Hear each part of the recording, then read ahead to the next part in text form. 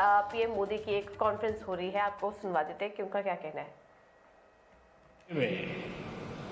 बहुत बड़ी भूमिका निभाएगी। साथियों, आज का ये आयोजन ऐसे समय में हो रहा है जब भारत ने अपनी आजादी के 75 वर्ष पूरे किए हैं। ये भी संयोग है कि आज के इस आयोजन से भारत के 75 लाख से ज्यादा डेयरी किसान भी टेक्नोलॉजी के माध्यम से इस कार्यक्रम में हमारे साथ जुड़े हुए हैं। इस तरह की समिट के लिए और उसमें लास्ट माइल बेनिफिशियरी हमारे ऐसे ही किसान भाई बहन होते हैं। मैं वर्ल्ड डेयरी समिट में अपने किसान साथियों का भी स्वागत करता हूं, उनका अभिनंदन करता हूं। साथियों, पशुधन और दूध से जुड़े व्यवसाय भारत की हजारों वर्ष पुरानी संस्कृति का अभिन्न हिस्सा रहा है। हमारी इस विरासत ने भारत के डेयरी सेक्टर को कुछ विशेषताओं से सशक्त कर दिया है। इस समिट में दूसरे देशों से जो एक्सपर्ट आए हैं, मैं उनके सामने इन विशेषताओं का विशेष रूप से उल्लेख करना चाहता हूं।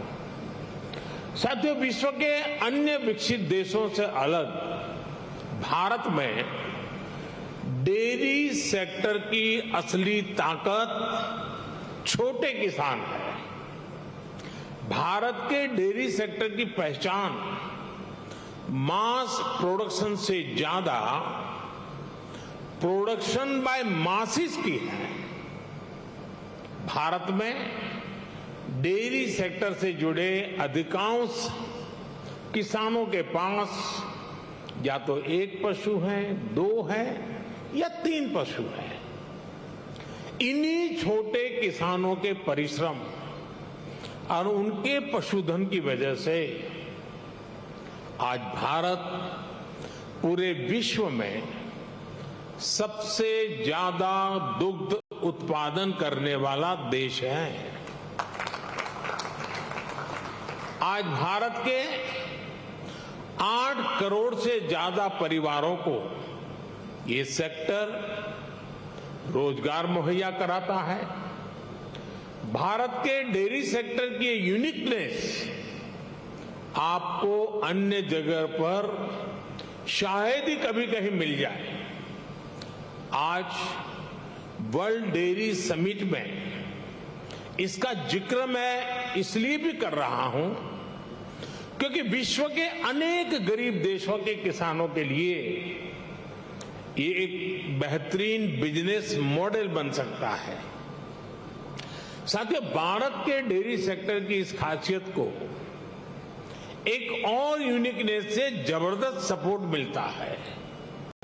हमारे डेयरी सेक्टर की दूसरी विशेषता है भारत का डेयरी कोऑपरेटिव सिस्टम।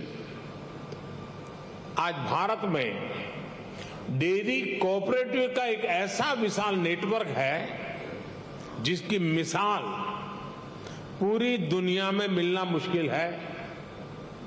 ये डेयरी कोऑपरेटिव्स देश के 2 लाख से ज्यादा गांवों में करीब करीब 2 करोड़ किसानों से दिन में 2 बार दूध जमा करती है और उसे ग्राहकों तक पहुंचाती है। इस पूरी प्रक्रिया में बीच में कोई भी मिडलमैन नहीं होता और ग्राहकों से जो पैसा मिलता है उसका 70% से ज्यादा सीधा किसानों के जेब में ही जाता है। इतना ही नहीं, अगर मैं गुजरात राज्य की बात करूं तो ये सारे पैसे सीधे महिलाओं के बैंक अकाउंट में जाते हैं।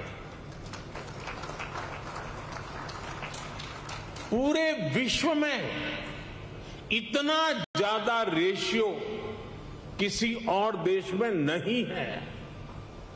अब तो भारत में हो रही डिजिटल क्रांति की वजह से डेयरी सेक्टर में ज्यादातर लेन देन बहुत तेजी गति से होने लगी है।